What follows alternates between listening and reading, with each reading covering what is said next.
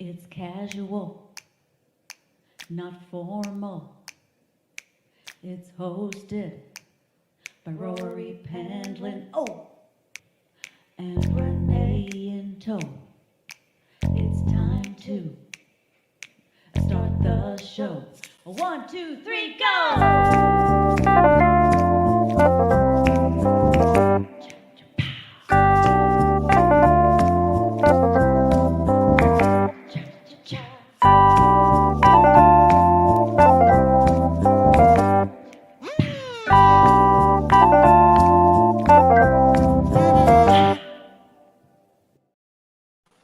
Welcome to another edition of It's Casual. This is show number 111, believe it or not, for the new It's Casual.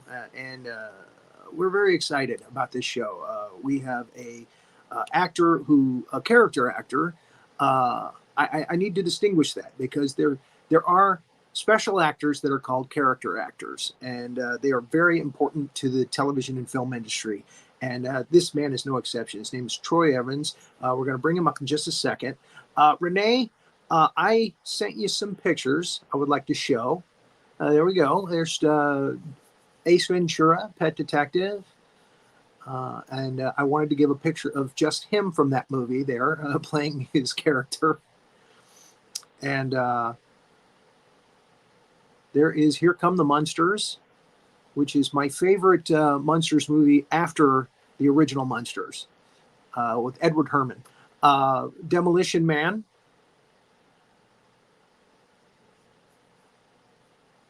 That's The Frighteners, I believe.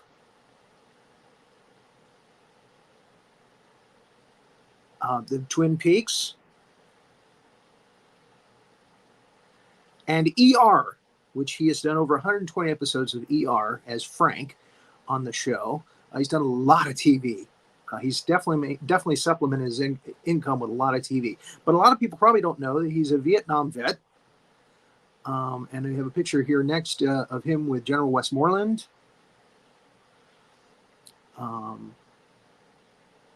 And he's very liked in the industry. There he is with Julia Louis-Dreyfus from Seinfeld, but that's on Veep.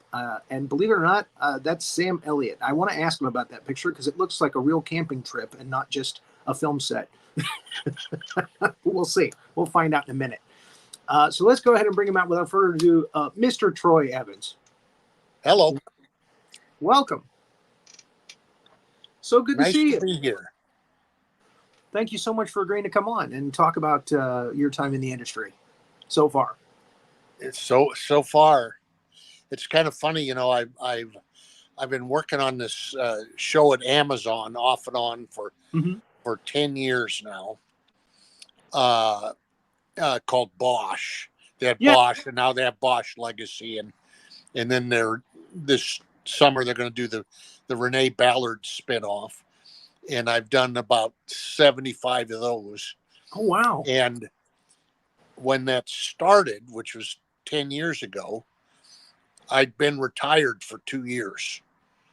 So you never know exactly what's going to happen, you know. Every time I try to get back out, they pull me back in. Yeah. Yeah, that was a pretty good little interruption, though. I liked it. Nice to be loved and wanted. You know, nothing wrong with that. So you were born in Missoula. Did I pronounce that correctly, I hope? Missoula, Montana, yes. Missoula. Okay, with the Z sound. Montana. And you spent your formative years in Montana.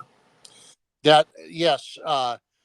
Born in Missoula, lived in Butte a little bit, lived in a little tiny town called Ramsey, which is over near Butte. And then most of my youth from second grade on was up in Kalispell, which is up near Glacier National Park. Okay. And then started college in Missoula, Montana in 1966. And that's to tell you how things have changed. First of all, nobody in my mother's family or my father's family had ever been to college. And fall of 66, I graduated from high school that last previous spring. And I set off. I had a 1950 Chevy, and I was headed down to Missoula to start college. And my parents gave me $100 to go to college. Oh, wow.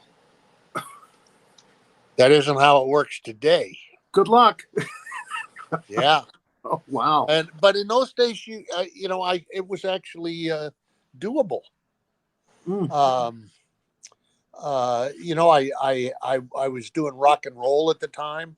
We had a rock and roll band. We were ahead of our time. A rock and roll band called Gangrene, and I like it. yeah, and we'd play on the weekends, and we could make enough to go to college. Oh, wow. Although a rookie mistake, I was way more interested in the rock and roll than I was in the college, and wasn't paying a lot of attention to the fact that in those days, this was 1966, Mm. if you didn't keep your grades up, you got drafted. Oh, yeah. So there was no second year of college. Second year of college was in in. Oh, man. So I did that, spent a couple of years in Southeast Asia, Mm-hmm. and then came back and And what exactly did you do while you were there? As far as, I mean, what kind of, what part did you play in that? I was an infantryman. I Okay. was 25th Infantry. Okay. And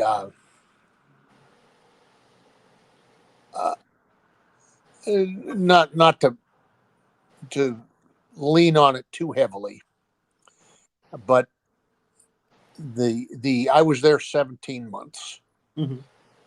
and with the 25th Infantry Division, Yeah. and during those 17 months, that's 1968, 1969. The 25th Infantry Division had 4,800 killed. Mm. So, I mean, it was not a good experience. Oh, wow. Yeah. It was, and Most so people I that can't. that survived it, yeah, they brought back a lot of horror stories. Yeah, it's really, really bad idea. The and we don't seem to get tired of it. There's, how many wars are going on right now, Mm. and it never solves anything. It Right. never helps. It's we're upset, and rightfully so, that over 58,000 Americans died in Vietnam. Yeah. But we killed over 2 million people in Southeast Asia. And I would love to have somebody explain to me what the war was about. Yeah. What was our desperate interest that just, we dropped more bomb tonnage on Cambodia, Laos, and South Vietnam. And now Cambodia and Laos, they were our allies. Yeah. And we dropped hundreds of thousands of tons of bombs on them, just in case. We dropped more tonnage of bombs in the Vietnam War than were used by all sides in World War II, including the atom bombs. Hmm. I mean, it was just Well, it was not a good situation. again, I've heard it's very difficult to tell who the enemy really was, from day to day. Yeah, and rightfully so. I mean, we were in their country. Yeah. Anyway, I don't want to go on about that all day, but that's essentially, when I was growing up, Mm. my grandfather had been a state senator in Montana. Right. Your And family so was a political family. What? Your family was a political family. Yeah. Now, how do you know that? I've read up on you. Oh, I did some so research. so so I was from grade school age. I was very interested in politics, Uh-huh. and uh, I had this idea that, and it was very strong, that I had a map set out for myself that I would go to the university, I would get a law degree, I would have a law practice, I'd go to the state legislature, then I would become the governor of Montana, then I'd become the senator from Montana, and then I would be the first president from a western state. And that was and I've got my high school annuals, and it, I not one or two, lots and lots of people wrote things in it like, when you're president, remember me. That was, there's no secret, that was what I was going to do, Yeah. was be president. And then by the time I got back from Vietnam, I was quite a different person. Yeah. And first of all, I didn't go back to college. I was aware when I got home that we were about 4 months away from them lowering the drinking age in Montana from 21 to 18. Okay. And so up in my hometown of Kalispell, I took that opportunity to open a rock and roll bar, only rock and roll bar for 100-mile radius. And we opened on the day the drinking age dropped. Now that was a converted ice house, am I right? Oh, that was actually, you have done your research. That was uh, that was the dance hall Okay.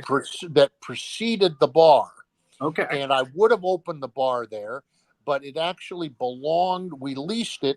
It was on railroad property, and we weren't allowed to sell alcohol there. Oh, So when we went from having just it was called the Old Gray John Deere Dance Hall, because it had been a railroad ice house. It's where the trains would pull up and they'd unload ice on, to keep the produce and stuff fresh. That was what that building was for. It was 100 years old, big, had 3-foot thick walls, full of sawdust for insulation. So it was a great rock and roll venue.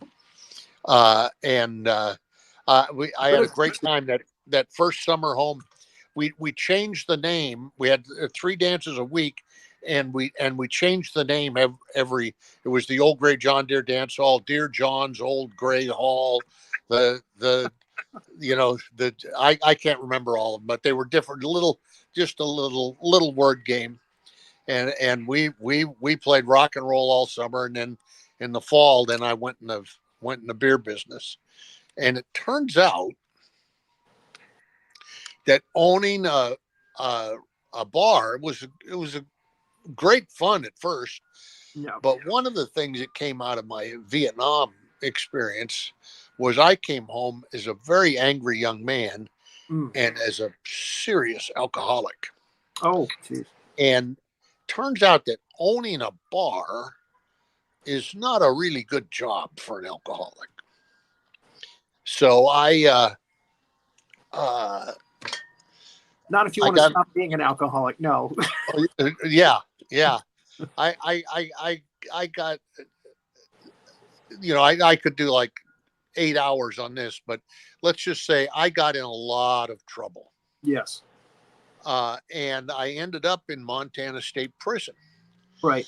And you probably know this on some level. When you're really a drunk, just a stone drunk, you don't sober up over the weekend or over a week or a month even. Your brain is foggy. And I'd been down in Montana State Prison. I among other drunken jackassery, I had broken a lawyer's legs. Who knew that was illegal? Well, How would you know he was a how lawyer. would you know The that? problem.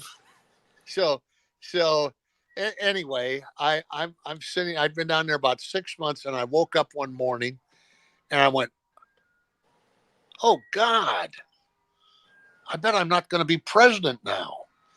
Well, probably not. Probably not. Although if I was running this year, they might consider me. You'd be okay. So then I started thinking, well, what the hell am I going to do? What, because I couldn't go back in the military, couldn't own a bar anymore, Yeah. couldn't be a teacher, couldn't get a real estate license, couldn't work in a bank. I mean, there's a big, long list of stuff you can't do when you're a felon. Right. And one morning, a little light went off in my head. I went, I'll bet nobody ever asks an actor if he has a felony conviction. There you go. So I sent in. Are you familiar with the term kite? No. That's a term for a written message in prison, and they have little boxes. And I sent a kite to the warden asking for a copy of Hamlet. Okay. Which I find amazing now. And, that's 55, 60 years ago. But that was my reaction. Okay, I'll be an actor. Let's get Hamlet in here. I'll start reading that. And so then I got out and went back to the university and started in the acting program and did a year at a different school. I'd gone to school at Montana State University in Missoula before I was drafted. Mhm. And then after I got out of the joint, I went down to University of Montana in Bozeman, which was at that time was known as they had a big agricultural thing. It was known as the Cow College, but they also had a big theater department. And I did a year there, and then on spring break, drove down to Berkeley, California to see an old girlfriend who was going to school there. Mm-hmm. And there was an audition for a little theater in Santa Maria, California. There's a junior college there called Allen Hancock College. And I auditioned for Donovan. Now, I was very arrogant, and I had no intention of acting at some junior college when I was going to the University of Montana, and doing very well. But I thought it would be a good chance to practice my audition pieces.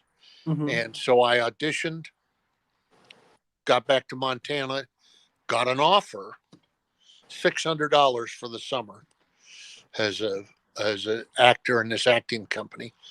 Mm-hmm. And I knew one guy from Montana who was in a theater in Salinas, California.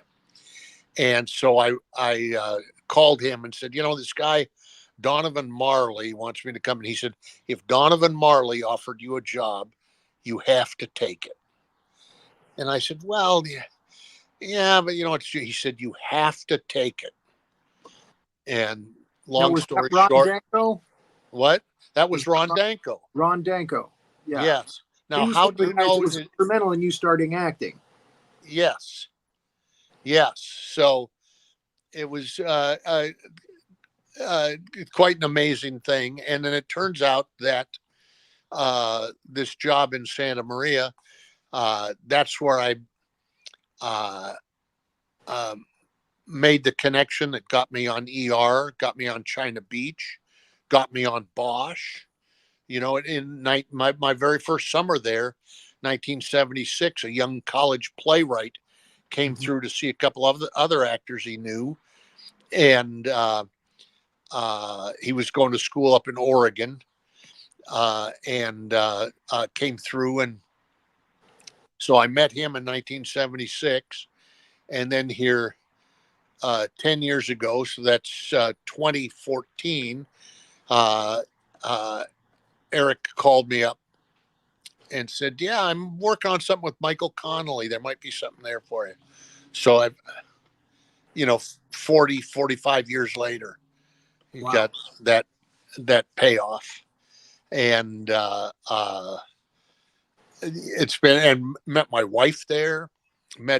it's just quite amazing how 90% of my success flowed out of that place. As I remember that first morning that the company gathered to start that summer theater session, and Donovan said, "This is where you will meet the people who will affect your professional life for the rest of your life. And they're not up here on stage with me. It's not the directors and the producers. Look to your left and look to your right. And those are the people you have to stay in contact with." And he was 100% right. And I'm still in contact with the great Donovan Marley. Wonderful, wonderful guy. So you were in the right place at the right time. Yeah, yeah. Through very often it's so serendipitous that I could have very easily been doing something else in Berkeley and not done that audition for this junior college I didn't want to go to, and if I hadn't done that, my I don't know what my life would have been, but it would not have been the same. Quite amazing. So all you young actors out there, don't get too cocky. Yeah, just you take every let me tell you a story about that sort of. I got down to LA. I did several seasons there in Santa Maria, Mm-hmm. and then I came to LA, and I had, because of Santa Maria, I had some connections in the regional theater. So I went to Arizona and did some plays, and went to Baltimore and did a play, and South Coast Rep and Costa Mesa. And then in between, whenever I wasn't doing a play, I would be in LA trying to get a TV job. And my TV jobs in those days were generally like, the third cop. Hold it. That's it. That's the part. Your first TV role was the murdered guy on Lou Grant. Yeah. Yeah. Although that was a real part, but yeah, that was, to get killed on Lou Grant. And, and those jobs, were like $200 a day jobs. Yeah. And then out of the blue, I got an audition for this fantastic part on LA Law. Yeah.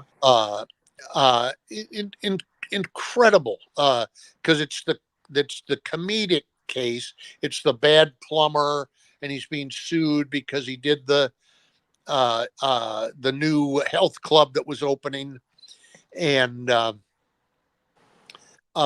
when they had their grand opening, the toilets are flushing into the jacuzzis, and it was all, and so and it goes through, and it's all pretty funny, and I was kind of a dork on the witness stand, and then we lose the case, and I followed my young woman, Michelle Green. I don't know if you know her, the actress Michelle Green, who was about like 5'4", 102 pounds, followed her back to the office, broke into the office with a length of pipe and tried to kill her. You don't get parts like that you're funny and entertaining and fun, and it's sort of a highlight of the episode, and then you're a psychotic killer in the last scene, and you're dead. That's when you're used to 3-line parts. Yeah. I was so excited to get the audition. I knew I wouldn't get the part, but I thought just the fact that I'm auditioning for a guest star part, that'll help the agent get me. Maybe I can read for other things. So I went in and I read, and I got the part, and I got on the set, and someone pointed out the writer, Michelle Gallery. And so I went over to her and told her how much I appreciated the part, and how well written I thought it was. And she said, "Oh, I'm glad you like it. I wrote that for you." And it was one of those things. I don't know if you've had this. I sort of started to phasel out. You know that term, like, made me a little lightheaded. I thought I might tip. It made no sense. It's like, here's a person I've never met. How could she have written this? You know, and she said, uh, you know, a year ago we went on vacation up to Santa Ynez, and we went to the theater in Santa Maria and saw you do All My Sons, Arthur Miller's play, All My Sons. There you Joe go. Keller, the father in that. And it gave me the idea of this guy who seems like such a nice, wonderful, charming, funny guy, and in fact, he's capable of murder. Yeah. And then uh, that changed my life. Not in a gigantic way, you know. It isn't like it made me a star, but it opened the door that then for the following 40 years I did guest starring parts. Yeah. So and you know, out of Santa Maria, doing a play in Santa Maria. Yeah. Yeah. So Never know who's going to see you. yes, and think what a wonderful person she is. She didn't just take the idea and go, oh yeah, I can write this. Yeah, this thing this guy's doing, I can write a thing like that, and casting will get some actor to do it, you know. No, she wrote it and saw that I got the fucking part. She told him, this is the guy I wrote it for. Yeah. Wow. Yeah. You know, you've done somewhere between 50 and 60 movie roles, but you actually have really supplemented your income by doing a lot of TV. You've done hundreds of episodes of TV. I think I've averaged 10 episodes a year for 40 years. Yeah. It's pretty amazing when I think, because you know, in the actor's mind, you know, my wife reminds me of this periodically. There was one time about 20 years ago, we were in the house and she said, Troy, what's wrong? I said, what? Nothing's wrong. She just said, don't tell me nothing's wrong. You're banging around and you're tied up. And I said, Heather, you know, I haven't worked for months. And she looked at me. She was giving me this weird look. I said, what? What? And she said, Troy, you worked last week. Oh. But I didn't remember it. Must have been a short part. Payroll. Oh, God. So, yeah. Well, you said $200 earlier, too, for a part. Wow, that does seem low because, again, they used to only, and hell, I'm talking 20 years ago, they used to pay extras $50 a day, you know. Yeah, well, I was at that point, at that $200 a day period, I wasn't working that far above what the extras made. And also, was that before period, that wasn't 20 years ago, that was 50 years ago. Yeah, longer. Yeah. You know, I've been doing this 50 years, but now, do you know the story of Planes, Trains, and Automobiles? I'm a big fan of the movie, and I know you play a character in it. And more or less, Mr. Oshkonagan, the cheese truck driver. The antisocial truck driver. Yeah. And so, and this is, I mean, the business has changed so much that, you know, so I'm auditioning for Mr. Oshkonagan, the cheese truck driver, who picks John Candy and Steve Martin up hitchhiking. Right. And I had a meeting with John Hughes, who was the director, the genius, Hollywood genius director, right, for Mr. Oshkonagan, who had no scripted lines. Now, you know, in Hollywood today, even now with my resume, I don't even get to meet the casting director. Oh. I have to send a tape in, and they may or may not look at it, you know. But I have a meeting with the director and he explains to me about Mr. Oshkonagan and all this, and he says, so and when you pick them up, you might want to say something. I don't know, and I so I ad libbed to him. Mm. I said, okay. He said, I'll give you guys a ride. I'll put you in the back with the cheese, but you be careful back there. That might be cheese to you, but that's bread and butter to me, pal. And which is, I mean, do you know the source of that? That's a plumber's joke. Okay. It might be shit to you, but it's bread and butter to me, pal. Well, John Hughes loved it. Yeah. Now, this was in I'd never done a movie. Mm. And this was in my $200 a day phase. And we had a little apartment in Mid Wilshire. The rent was $300 a month, and we didn't have it. Mm. And I get hired to play Mr. Oshkonagan, and they offer me $1,000, 5 times my usual rate. I was in freaking heaven. Wow. Well, then a couple of days later, my agent calls me and says, "Oh, by the way, your planes, trains, and automobiles scene. They're going to shoot that in Buffalo, New York." And I was like, "Buffalo, New York? Well, how the hell am I going to get to Buffalo, New York? It'll take my whole $1,000 just to get to New York." And he is like, "No, they'll pay you to." They're going To to fly go you. there, they'll pay Yeah. for your flight, and you'll get a travel day out and a travel day back. And I said, "Then they pay me for the travel days?" She said, "Yeah." I said, "Well, how much?" She said, $1,000 a day. Yeah. Wait, now I'm making $3,000. Now I'm starting to like this job, So I fly to Buffalo. I get in the hotel. I'm in the hotel a couple of hours. Teamster comes to the door, gives me $150 in cash. I said, hey, I don't know what's going on here, but I'm supposed to be getting $1,000 a day. He said, not from me. He said, this is your per diem. I said, what the fuck is per diem? He said, it's your spending money. I get So now you feel you've spending- died and gone to heaven. I get spending money? Oh my God. So then I sit in that hotel for 2 weeks and they don't get to the scene. Holy cow.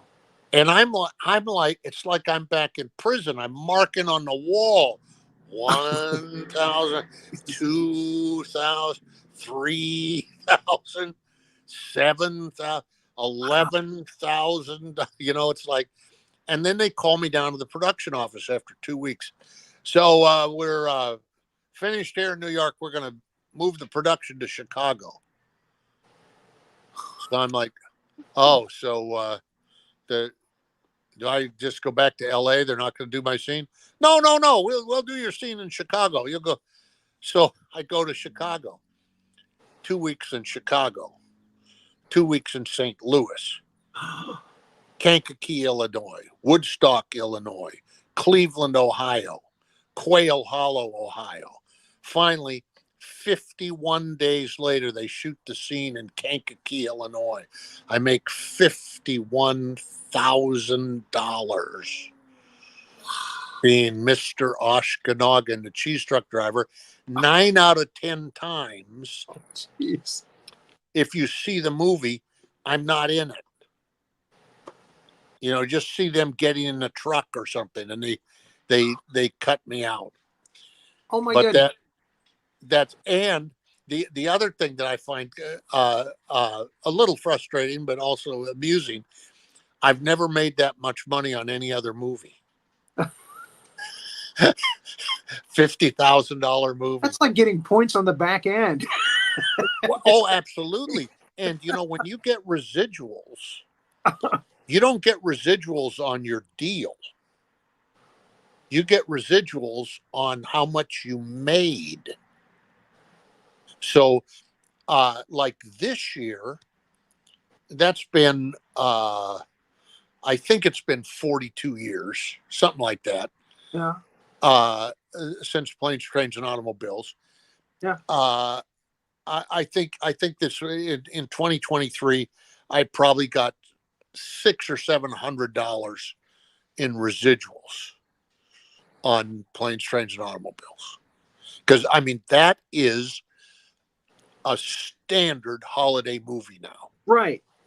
Everybody watches that movie. Everybody loves the movie. Everybody loves John Candy, as they should. What a mensch. You want to hear a John Candy story? I would love to. I'm in the what was it? I can't think of the name, but a high-end hotel at the O'Hare International. That the kind of hotel I didn't know. You know, I thought like Holiday Inn. I thought that was a fancy hotel. You know, this was the Westin at the O'Hare, and so I remember calling my wife and saying, you know, this is really weird. I'm in this really nice hotel, and the TV is only like 12 inches or something. She said, "You're kidding me." I said, "Well, that's the TV in the bathroom." You know, I was in a room with 3 TVs in it. You know, and so I'm just waiting, and it was the day of the Oscars. Now I had never met it. You know, I was just busy hiding out in the hopes that no producer would see me and go, "Why is that guy still on the movie?"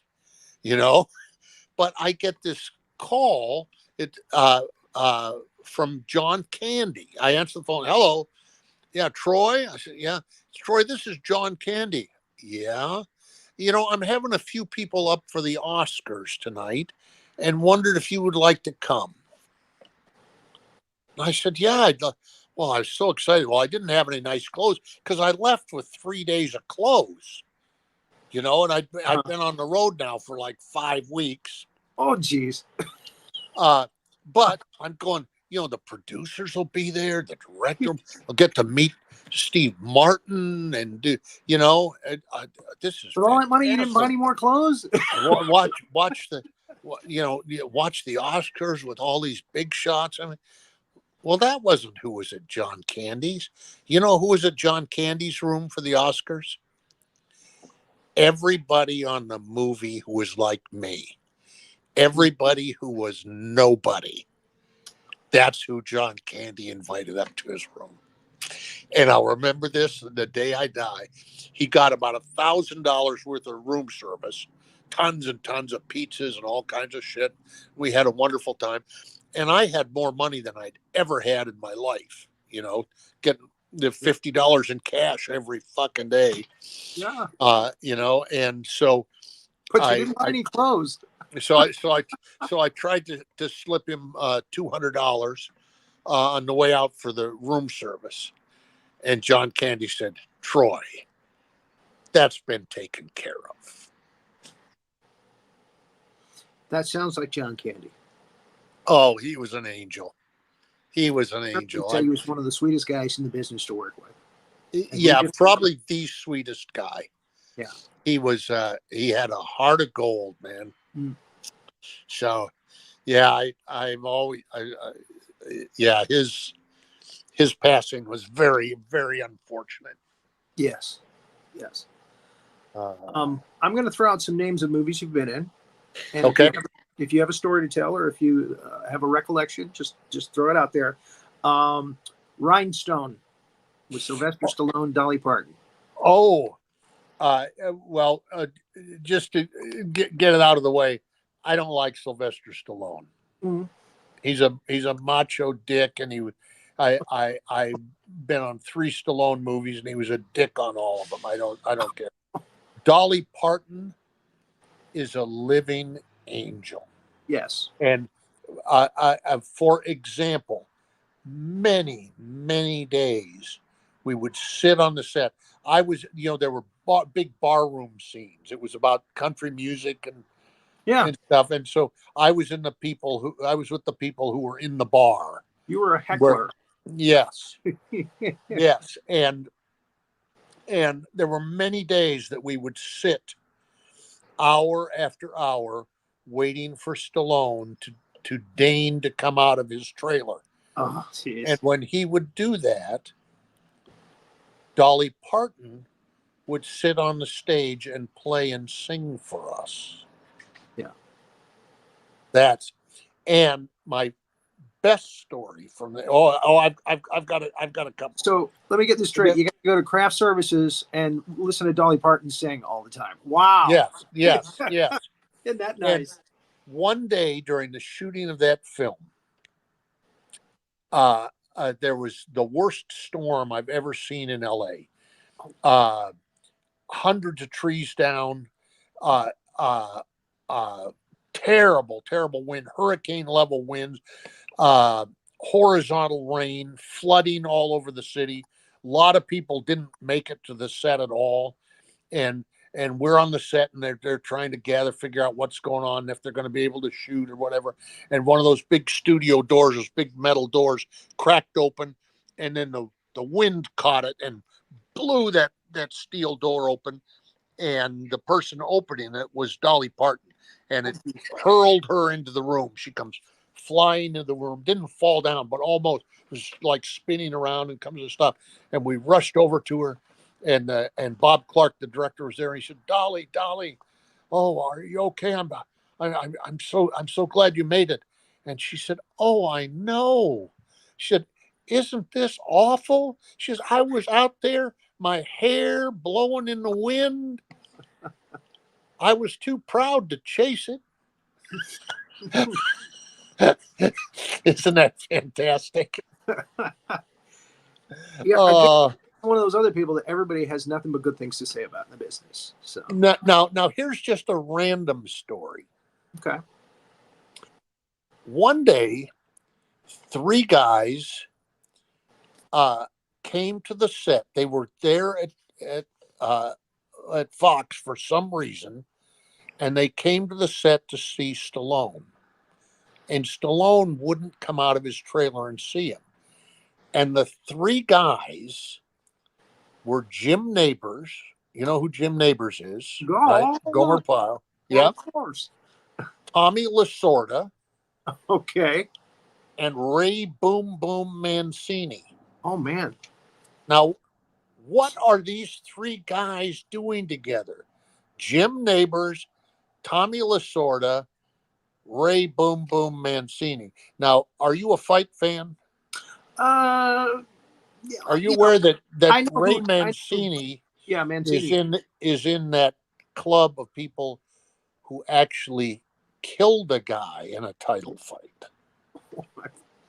I mean, he was a serious human being. So they're hanging around on the set, and Stallone won't come out of his trailer while they're there, and we can't do anything. And the producers don't know what to do, and it drags on, and they're hanging around, and the whole thing was really awkward and clumsy. And the producers called over. There was a young African American security guard there, and they called him over, and they said, "Go tell those 3 guys they have to leave."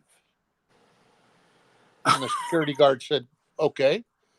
And he walked over. I'm just clocking this whole thing, you know. Oh, so wow. I drift over there. He walks over to Boom Boom Mancini, and he sticks his hand out. He said, "Mr. Mancini." Mancini shook his hand.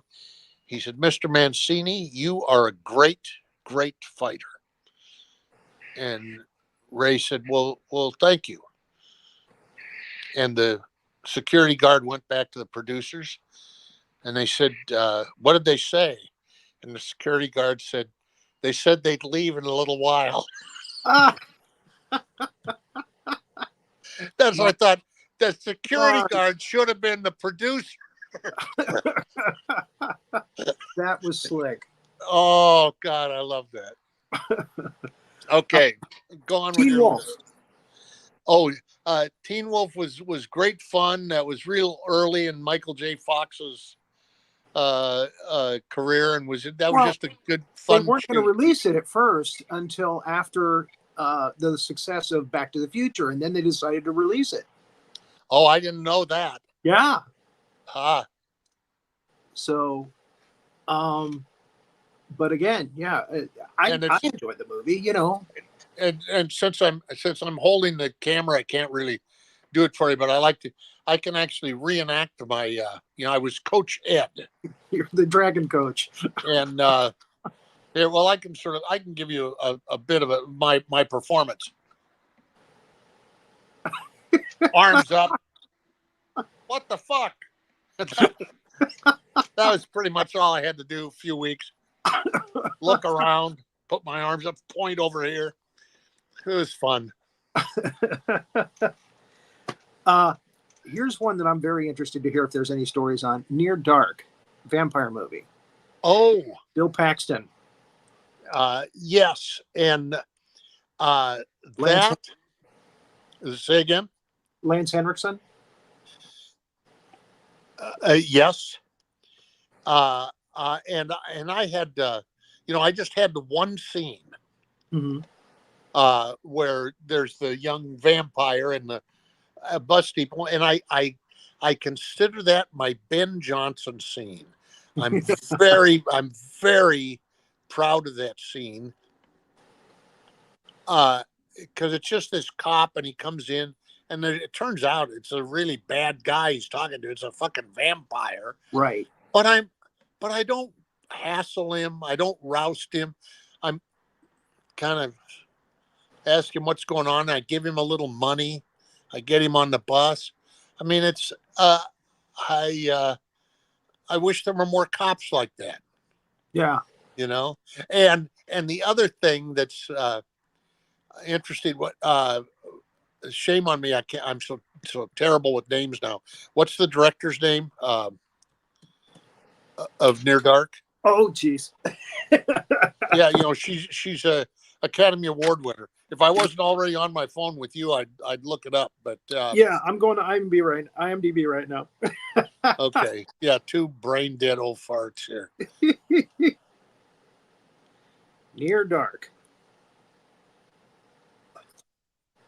Nardark. Hey, Near Dark. 87. Here we go. Director Catherine Bigelow. Yeah, so Catherine Bigelow had a big career, Mm-hmm. and that's what you hope for, is that you'll have a juicy little part in somebody's first movie and they have a big career. Yeah. But I've never seen her again since. Oh. You already talked about Trains, Planes, and Automobiles. Halloween 5, The Revenge of Michael Myers. Yeah. That was just, that was a very brief job. I was in Salt Lake City like 3 days. Uh-huh. And I'm not a horror movie fan anyway. So I've never actually seen the movie. But I was, trying to protect the little girl from the monster, and right, and it's in this 3-story raggedy old mansion in Salt Lake City, and so then they come to me and say, so yeah, we got this rig, we're gonna put it in. And he puts the rope around your neck. We throw you out this window here, and I said, that's not really the kind of work I do, They were going to get you to do your own stunt work. Yeah, and they said, I said, don't you have stunt people? Well, really, we don't really have somebody who's a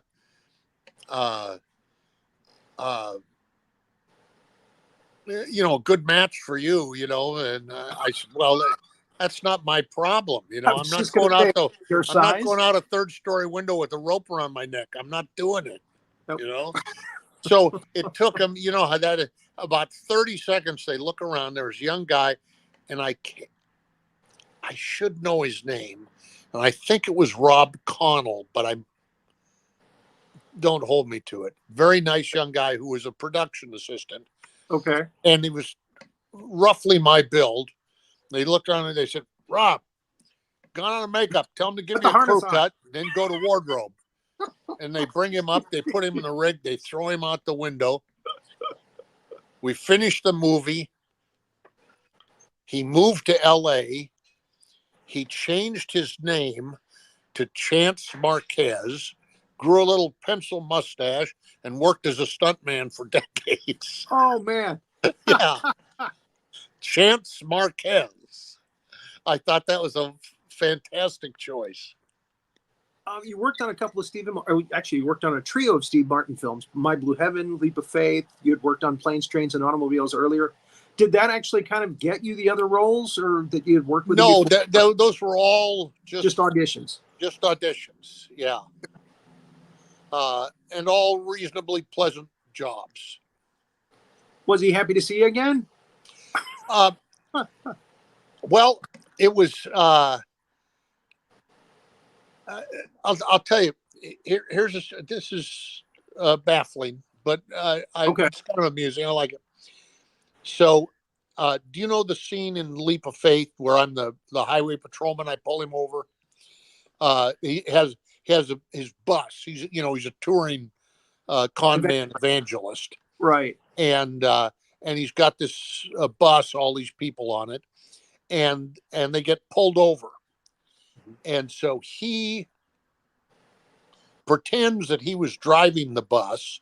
So, and he's got like a radio thing that he's wearing, so he can show off for his team on the bus how he can manipulate the highway patrolman, which he does. I end up, instead of giving him a ticket, I donate money for his church, and I'm crying and telling him about my daughter and doing all this stuff. So we go out. We're outside Amarillo, Texas, and we start at 6 a.m. and we work till like 1 o'clock, and they break for lunch.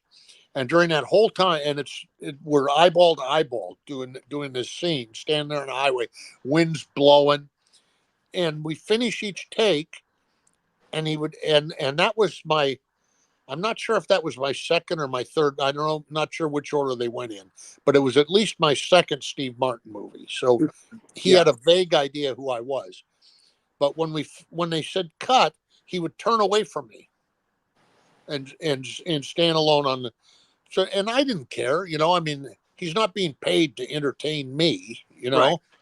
and I don't know what his acting zone is. I don't know what he's, but it was vivid that no conversation, no interaction, right. Just, so, they call lunch. We've been out there 7 hours, and, I start walking towards the base camp, and Steve said, "Troy,"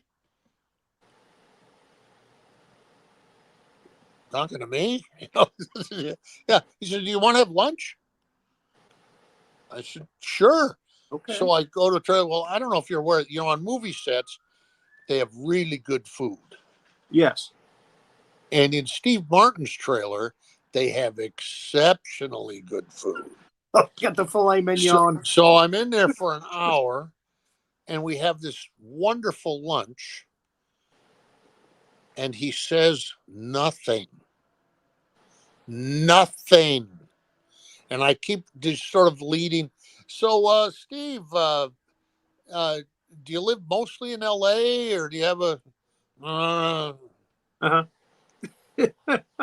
Okay. I mean, it was like that lunch took 1,000 years. Wow.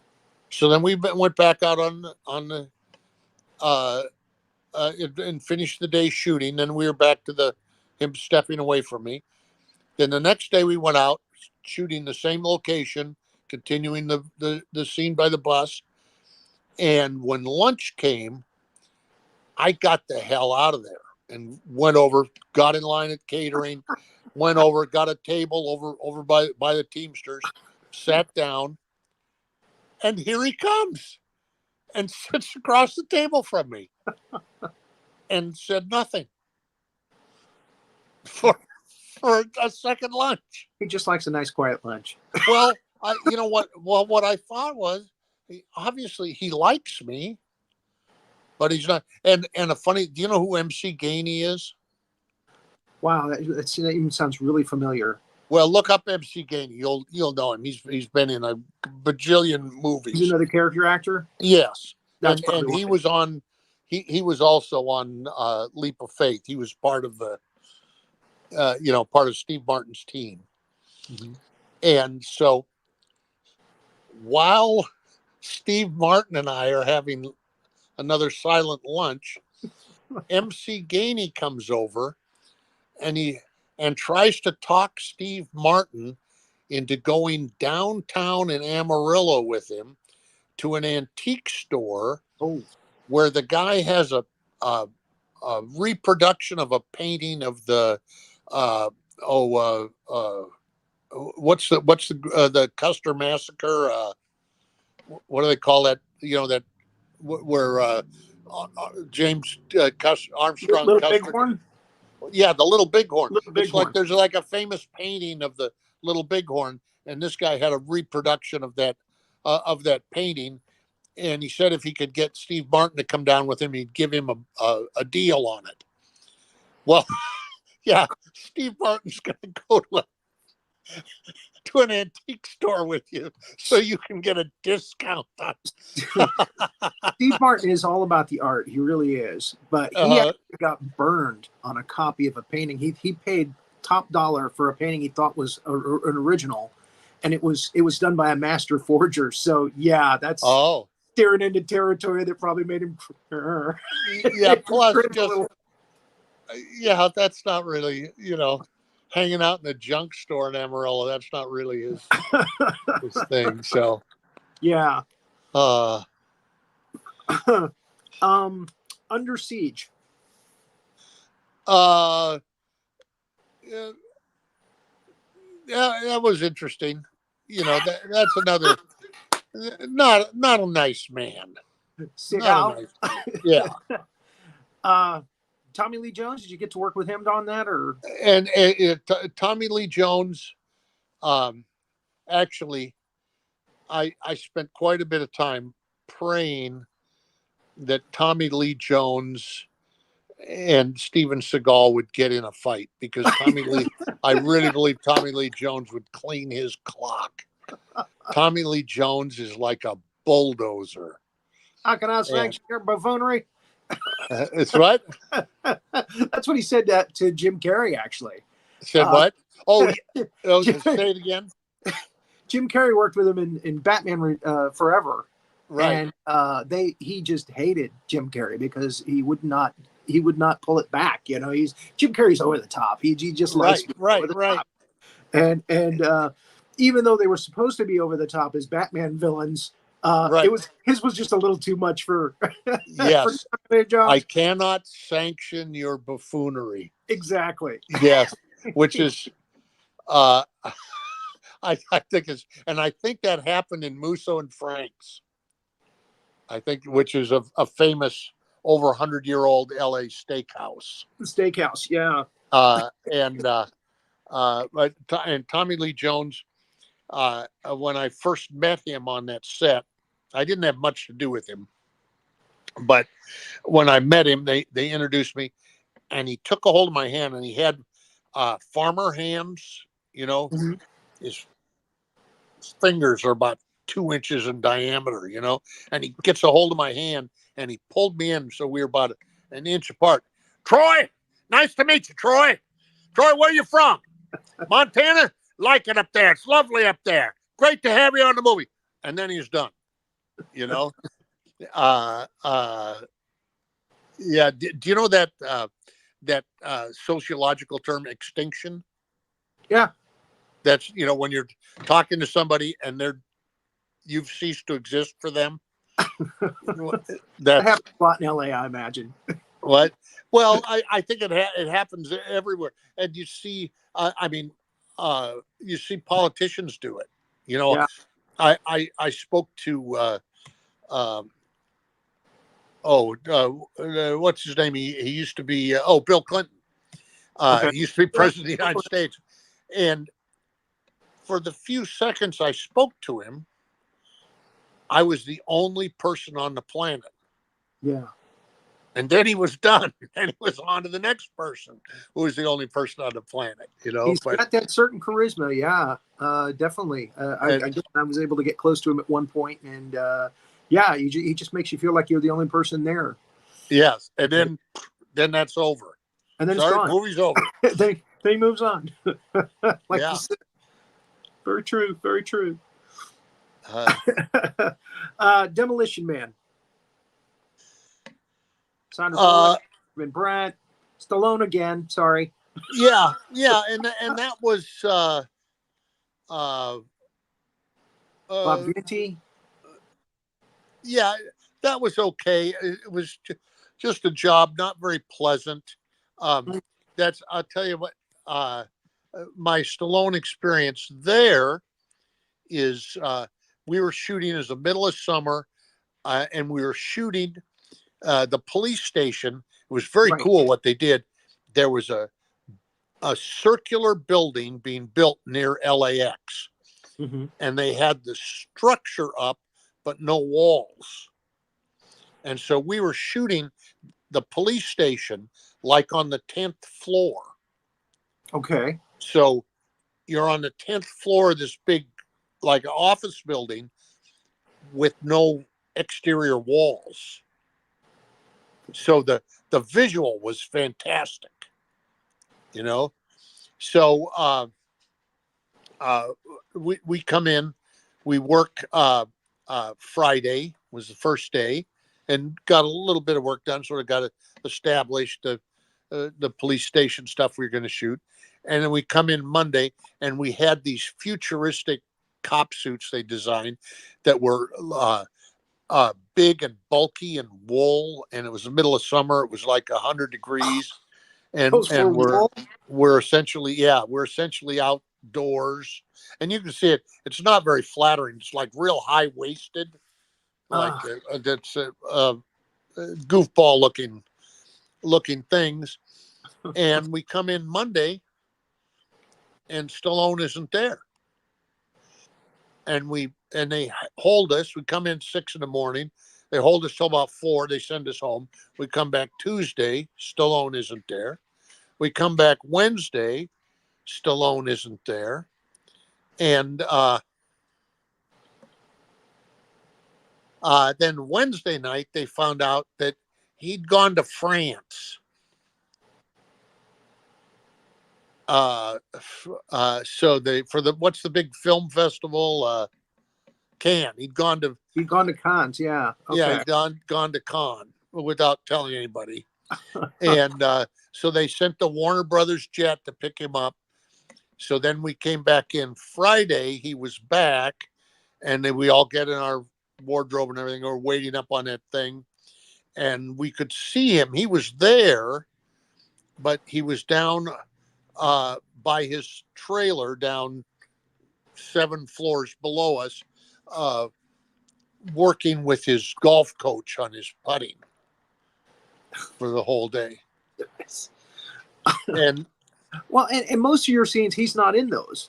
It's mostly right. It's Sandra Bullock and Ginty going back and forth, and you're there, and right, and Rob Schneider, and but they needed the shots of him there, and man. And I think, and I had the 3 shells gag. You know, what are the 3 shells for? In the bathroom, right? Yeah. So, I just don't get that. You know, sorry to bring back painful memory. Well, it's all right. You know, I mean, they're paying me for it, but we I don't know what do they get out of it. You know. Yeah. Out of being if I finished a job and I thought that people on the job were going, "What a dick," that wouldn't give me a good feeling. Yeah. But anyway, go ahead. We talked about Ace Ventura, Pet Detective, before. Anything that you remember from the set that kind of stuck with you on that? Well, there's one thing. First of all, I just want to say that Jim Carrey is just an incredibly talented and unique person. Yeah. And every take that you do, each additional take gets a little bit better. He thinks of something. Oh, I can do this. I can do this. I can add this. I can ramp this. He can. It isn't just rehashing. It's Right. improving every. And Which is hell for the editors, but he create like you and said, his level of energy is mind boggling. And yes. then now, that picture you have of me Mhm. sitting at the table, that's a picture I love. And do you remember that scene? It's the scene at the beginning of the movie where the owner of the team is telling us that that the mascot dolphin has been stolen, Been and we kids. have to get the dolphin back because everybody is superstitious and all this stuff. And we're on like the 5th floor of City Hall in Palm Beach, Florida. Mhm. And we've rehearsed it and we've talked about it. We all know what page we're on and what we're going to do. And it occurred to me that I'm the coach. I don't have much to do, and I'm sitting there, and he's telling us we damn well better get our shit together and find that dolphin, and that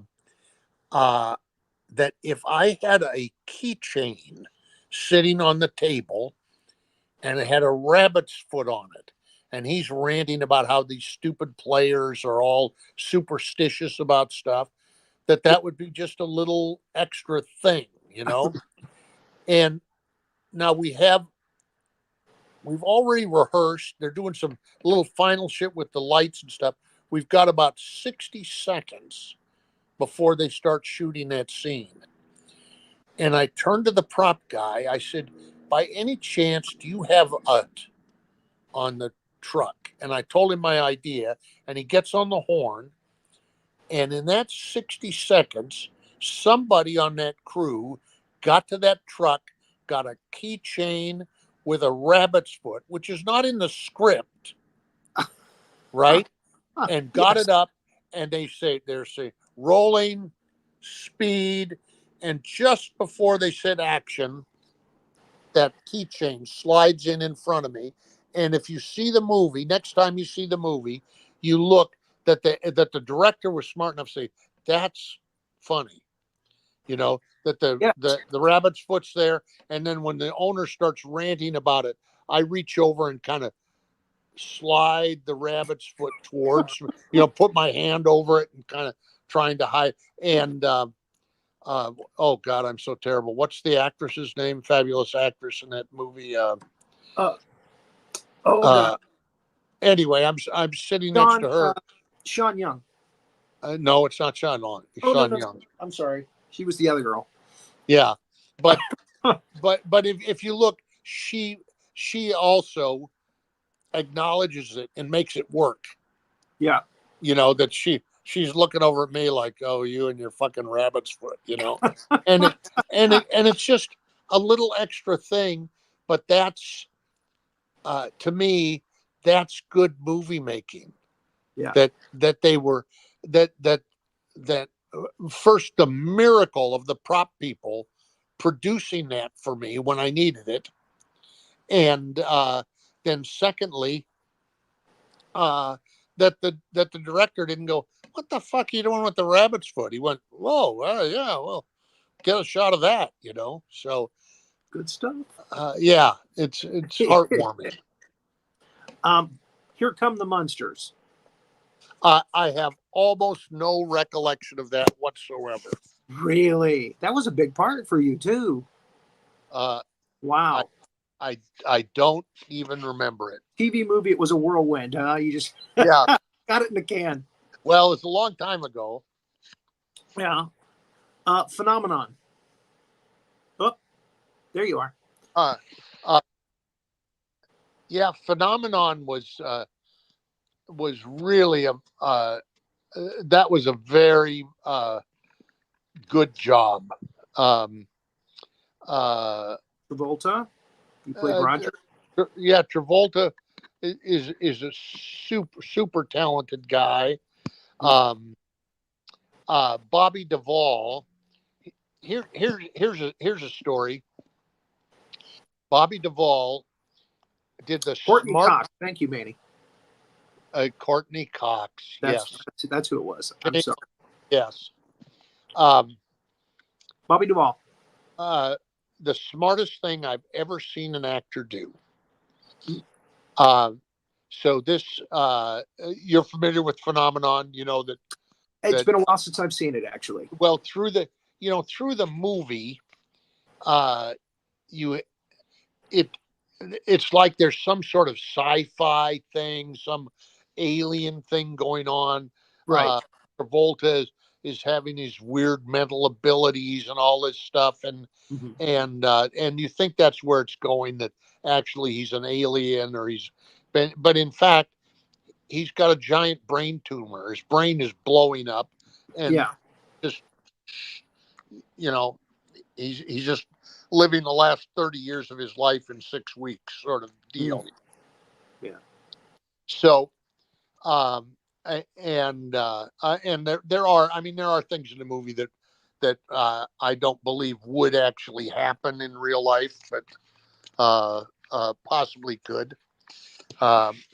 Just a second, I'm going to wander for a second. My phone is dying, and I don't think we want that. Oh. So I have to find a way to plug the damn thing in. Let's see if I have a. No, not here. I'm just going to go in another room and set it on the charger.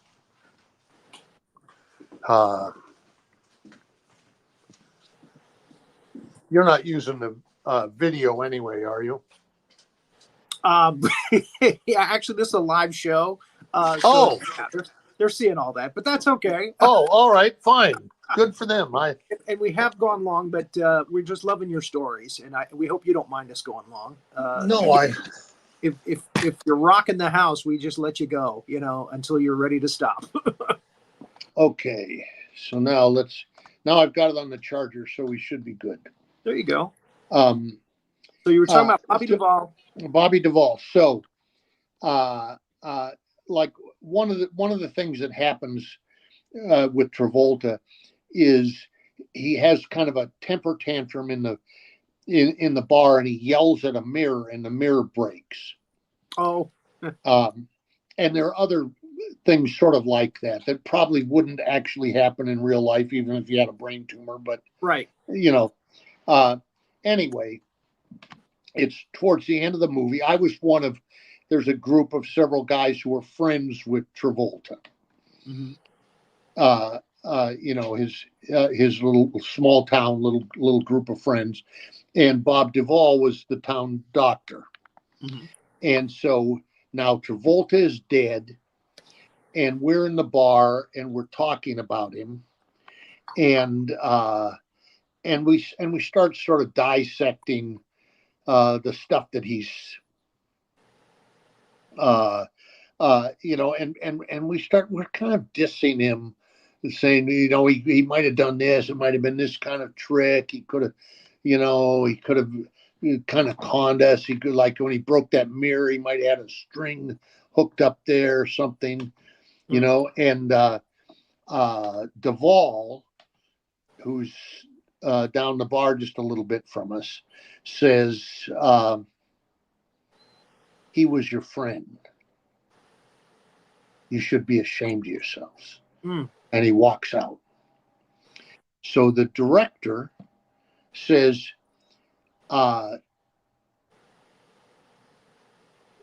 Bobby, what do you want to do? Do you want to shoot your side first, or do you want to shoot the other side first?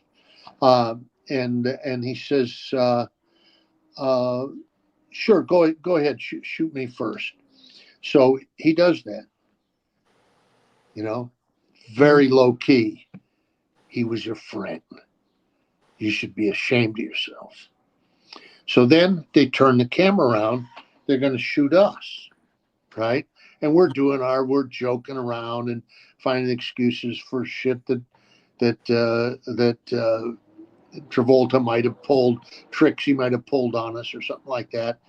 And Duvall goes, "You motherfuckers, you fucking assholes, fuck you, fuck you, fuck you. He was your fucking friend, you fucking dicks.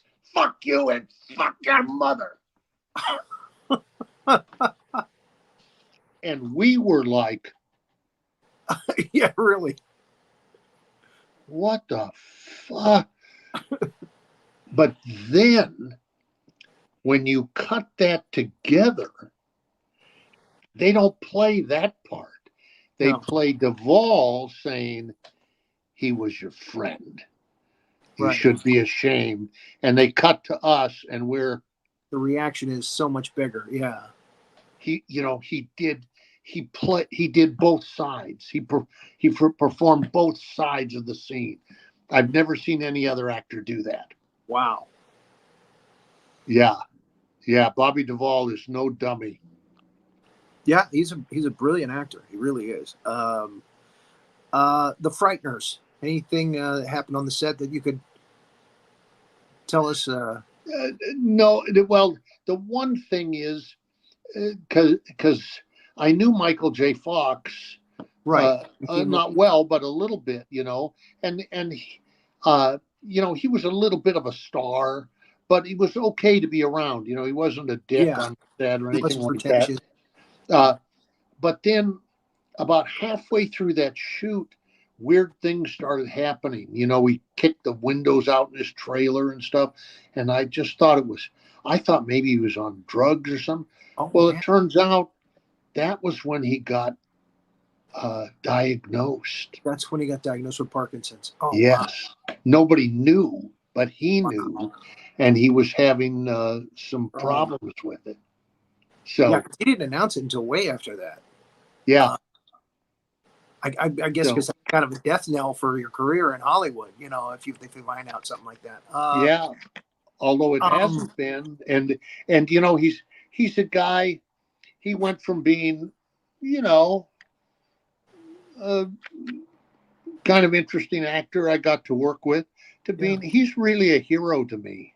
Oh yeah, because I think his the way he's conducted himself since he was diagnosed has been really, really impressive. Yeah, I think everybody agrees with you on that. He's just been very strong, and again, such a great advocate for research for Parkinson's, and he'll get things pushed through that nobody else could. Being the person he was and is. I got to ask you. I can't remember if Jeffrey Combs and you were in the same scenes together. But did you get to work with Jeffrey Combs on that, and what was he like? Well, let me tell you, first of all, this takes us way back to the very beginning of this interview. Okay. I met Jeffrey Combs in 1976 in Santa Maria, California, at the Pacific Conservatory of Performing Arts. Okay. And we have been friends, so that's almost 50 years. Wow. And and that's the first and I believe only time we've worked together on film. Right. But I thought with the Frighteners, if the Frighteners had been more successful at the box office, I think Jeffrey Combs might have had a Oscar nomination. I thought that performance was off the charts good.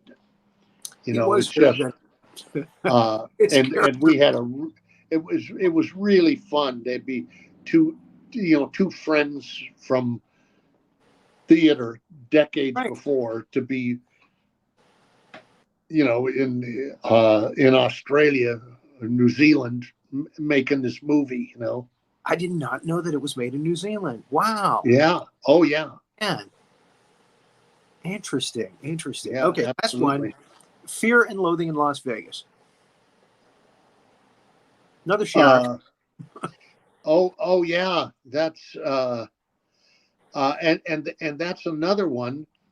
I When I auditioned for that, that's another thing where well, you're the other, you're the other, you're a police chief, and you don't get your hotel room, and we don't really have anything scripted. You can ad lib something if you want. So in the audition, uh, I auditioned. Wait a minute. He gets a room and I don't. What are you having? Some kind of a dick suckers convention here? And that was it. I was in the movie, and then but it was like, Cast right away. sometimes you like audition and then you're working the next week. In this, it's like 4 months later. Oh wow. Friday morning, I go into Cedar Sinai. I have my right knee replaced, and then the damn, I'm still. This charger is not working. Um, uh, and I'm still partially sedated. And my agent called me and said, "Hey, you got that movie?" I'm like, "What movie?" They said, "Fear and Loathing in Las Vegas." I said, "Yeah, when does it work?" He said, "Well, it works next week in Las Vegas." I said, "You're calling me in the ICU at Cedar Sinai, right?" Yes. He said, "Yeah, so you have to call them and tell them that I can't do it." So he says, "Okay." And then he calls back and says, "No, no, no." They say, you have to do it. The director has to have you in the movie. You have to come." I was like, "Oh, okay." So so we go. It's the only time my wife's ever gone with me. I've always thought that's a little weird. Not a lot of actors, but some actors bring their family to work with them. Oh, I don't really get that, but uh, in any event, in that case, you uh, need to support. yeah, and I have to say he's gotten a lot of bad press. But when I was doing that, so I'm hobbling around on that set, and about and I would do the scene without the crutches, and it hurt like hell. Man, And then there was a guy who would run and get my crutches and bring them, and he got me sodas and all that. And his name was Johnny Depp. ah, Yeah, he the was star just of the movie. yeah, it was quite amazing. So See, and that that's was what just we've heard is one. that he's What? just the nicest. That's what we've heard. He's been one of the nicest guys that everybody loves to work with. He's very down to earth and just, again, nice guy. Um, so listen, I'm sorry to be a dick, but I'm not finding what I need to get my No, no, phone that was the plugged last in. one I was going to ask you about. We'll save the rest for another interview another time. But again, we've Okay, got you want? an hour Yeah, and if you want to 23 do it minutes. again, I'd love to do another one. So Well, and again, we have another show that we do horror movies on, and you've been in quite a few, and we might have you come on for one or two of those. oh, oh, You don't oh, mind. okay, I probably won't be terribly helpful because I haven't seen any of them, but I'll you probably figure out I'll find something to say. Frighteners is one of the ones we want to do on the Big Monster Oh Break-In. well, Yeah. Frighteners. Yeah, I don't consider that a horror movie actually. And It fits the bill. and actually, uh, do if we don't do any more than this, have because I do have a wonderful story from the Frighteners. Okay. There's a really good story about the very end of the Frighteners. So I don't doubt it for a minute. After the last 1 hour and 24 minutes, you've just given us some wonderful, wonderful stories from Hollywood, and we so appreciate the fact that you came on and shared some time with us and had some fun with us. uh, Again, so Troy, proving that I am a funky old geezer. I had technical problems at the beginning and technical problems at the end. So, but we got you in here, and hey, it's saved for posterity. I'm gonna send you the link right after. I thank you very much. I had a wonderful time. As did we. Thank you so much. This has You been bet. a great interview. Bye Wonderful. bye. Take care. You bet.